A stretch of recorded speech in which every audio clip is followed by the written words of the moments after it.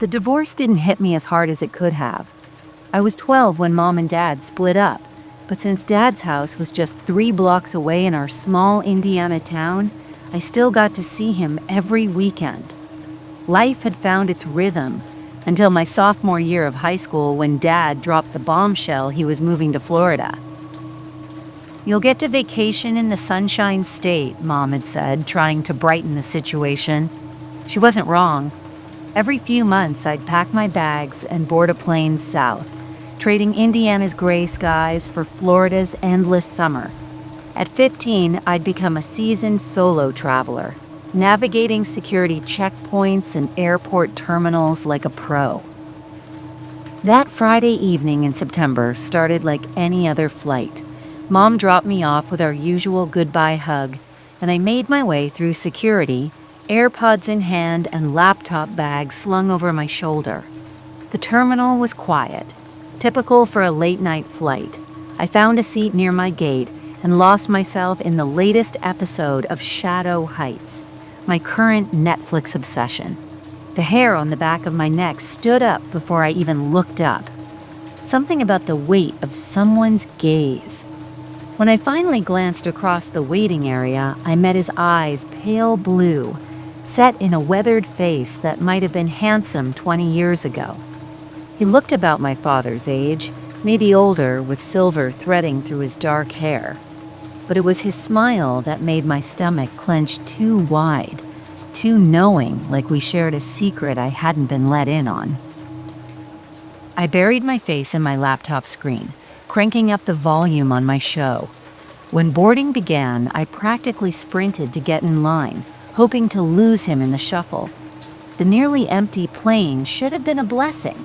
No fighting for overhead space, no middle seat awkwardness. Instead, it became my prison. No matter where I moved, back, front, middle, he followed, that unsettling smile never wavering. After my third attempt to escape, the flight attendant announced our departure. I was trapped, watching from the corner of my eye as he scribbled furiously on a piece of paper, occasionally looking up to study me like an artist with his subject. My bladder betrayed me an hour into the flight. I waited until I absolutely couldn't hold it anymore, checking twice over my shoulder as I made my way to the bathroom. The small victory of finding no one following me disappeared the moment I returned to my seat. There it was, a sheet of paper resting on my closed laptop. My hands trembled as I picked it up. The drawing was beautiful in a terrifying way, every detail perfect. From my wavy brown hair to the small scar on my chin, from a childhood bike accident. Hearts surrounded the portrait, and below, in precise handwriting, "Will you be mine?" I was 16. He had to be at least 55.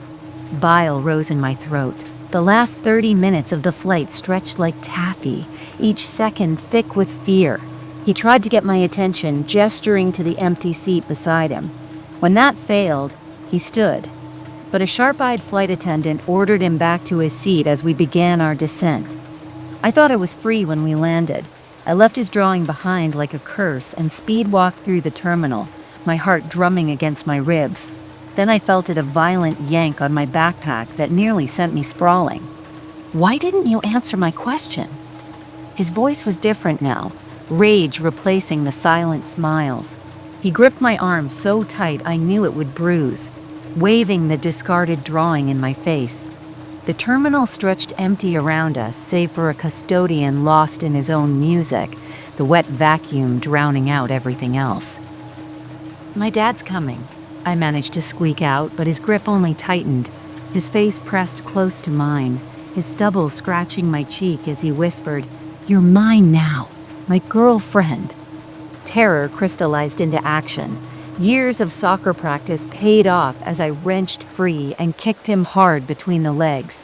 He crumpled, and I ran faster than I'd ever run in my life, not stopping until I crashed into my father's waiting arms.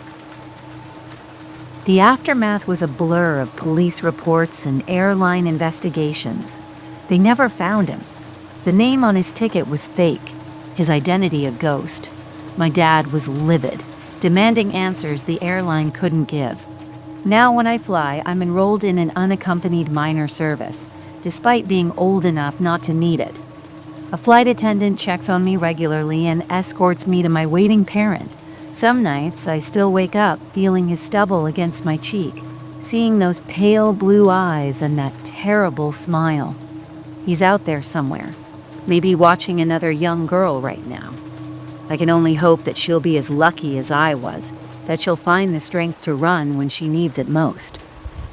Sometimes I wonder if he remembers me, if he still has that drawing. But mostly, I pray that karma finds him before he finds his next target. Story number 2.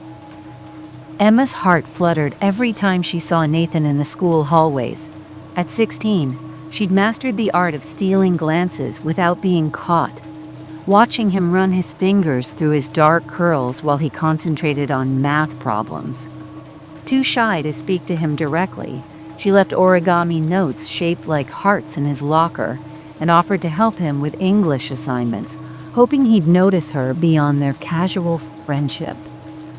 One Wednesday afternoon, her phone lit up with a message that made her stomach do somersaults. "Meet me at Willow Creek tonight at 10. The view of the stars is amazing from there." Willow Creek was their town's teenage hangout spot, just a 15-minute walk from her house. The wooden benches and rope swings overlooking the gentle stream had witnessed countless first kisses and midnight confessions. Emma's fingers hovered over her phone's keyboard.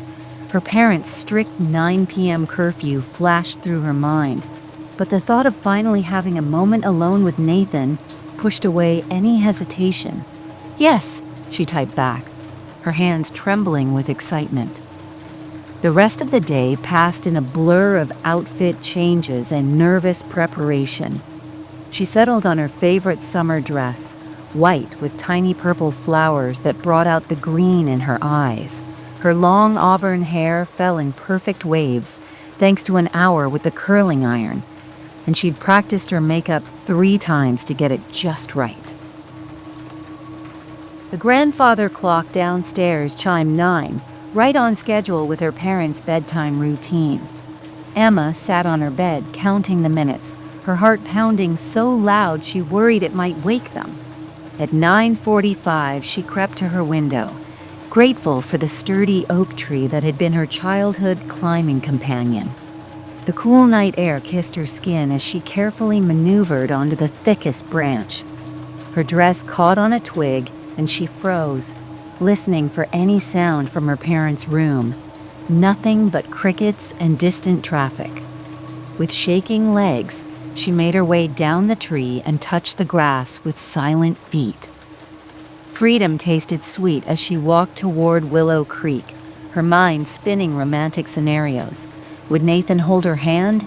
Maybe even kiss her? The thought made her cheeks flush. A figure sat on the farthest bench, silhouetted against the moonlit water. Emma's heart leaped, but something felt off. The shape seemed larger than Nathan's athletic frame. Her phone buzzed. "Sorry, parents are still up. Haven't left yet. Wait for me?" Ice replaced the warmth in her veins. The figure stood, turning toward her with deliberate slowness. Moonlight revealed a face that haunted her nightmares.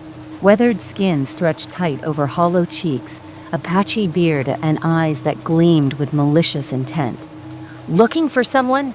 His voice rasped like sandpaper on steel. Emma's legs moved before her brain could process fear. She ran, her dress billowing behind her, feet pounding against pavement and grass. She cut through yards and gardens, the man's heavy footsteps getting closer. Her lungs burned, but terror kept her moving. Police sirens pierced the night, and blue lights flashed in the distance. The footsteps behind her stopped. When she dared to look back, the man had vanished like a nightmare at dawn. She scrambled up the oak tree, scratching her arms and tearing her dress before collapsing into her room. Her window slammed shut with a finality that should have brought comfort, but something felt wrong. Her parents' bedroom door stood open. They always kept it closed. The empty bed sent fresh waves of panic through her body. Mom? Dad? Her whisper echoed through the silent house.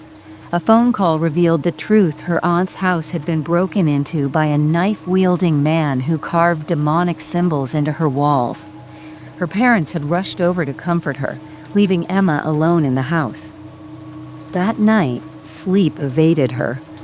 Every shadow held menace, every creak of the house a potential threat. The tap on her window started soft, like raindrops on glass. When it grew louder, she rolled over to find those same hollow eyes staring back at her, a knife tapping a gentle rhythm against the pane. "Hello." His lips formed the word with grotesque pleasure. Her screams brought her parents running, but the man slipped away into the darkness once again. The police never caught him, though his wanted posters still hang in shop windows around town. Some say he only comes out at night, hunting for teenagers who dare to break their parents' rules. Emma never snuck out again. The oak tree lost its lowest branches to her father's saw, and extra locks guard their doors.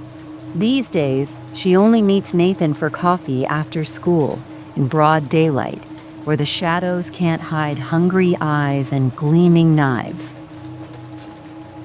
Some nights, when the wind whispers through her curtains, she swears she can still hear that gentle tapping on her window, a reminder that not all midnight adventures end in romance. Story number 3. Sarah had never seen her parents' faces light up so quickly as when she told them about the chaperoned weekend at the Mason family cabin. Her friend Maya's parents would be there the whole time, she assured them, conveniently leaving out the part where they'd actually be 2 states away at a wedding. "It's senior year," she whispered to herself as she packed her camera gear, trying to quiet the guilt gnawing at her stomach. After graduation, who knows when we'll all be together again? The cabin exceeded every expectation. Nestled against pristine woods with Crystal Lake sparkling just steps away, it was a teenage dream come true. 4 bedrooms, a hot tub, and not an adult in sight.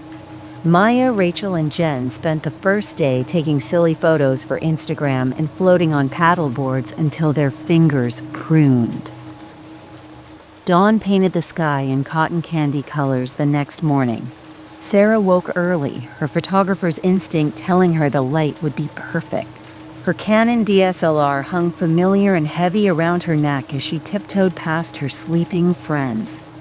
The lake glittered like diamonds had been scattered across its surface.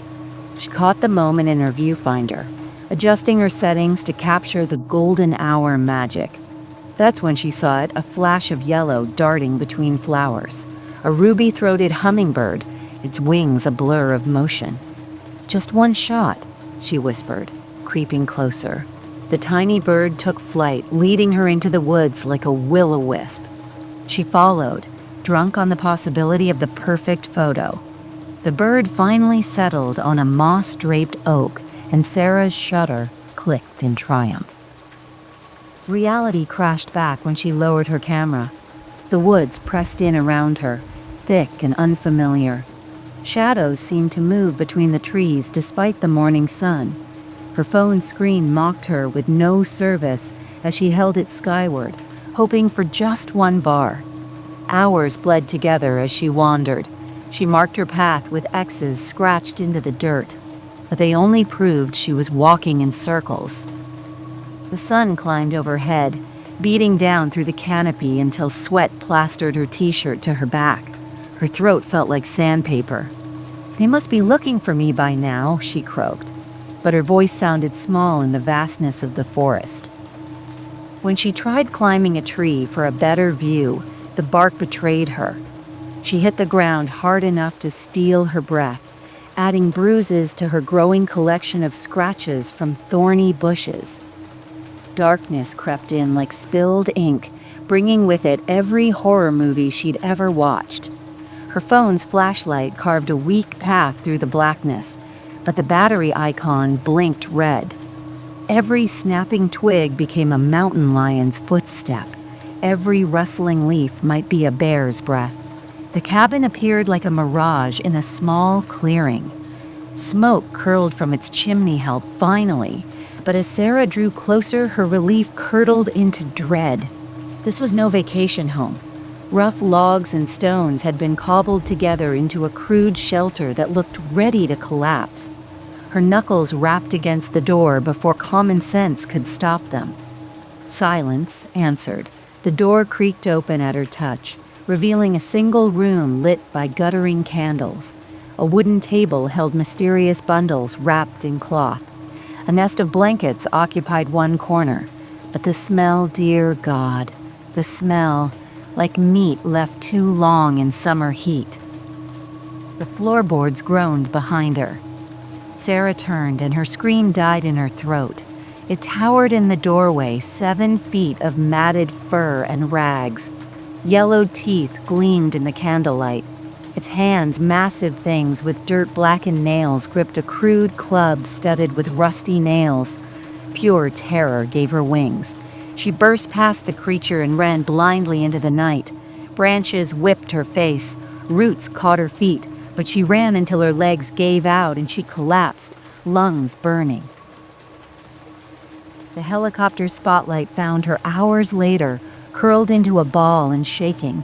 The paramedic who rappelled down kept asking if she was okay, but Sarah couldn't find words. How could she explain what she'd seen? Who would believe her? Her parents were too relieved to punish her when the truth about the weekend came out. Her cuts and scrapes healed, but sometimes on dark nights when wind whistles through trees, Sarah swears she can smell that rotting stench. And in her dreams, yellow teeth still gleam in candlelight, waiting in the woods for unwary photographers to stumble too far from safety. Thanks for listening, goodbye, and have a restful sleep.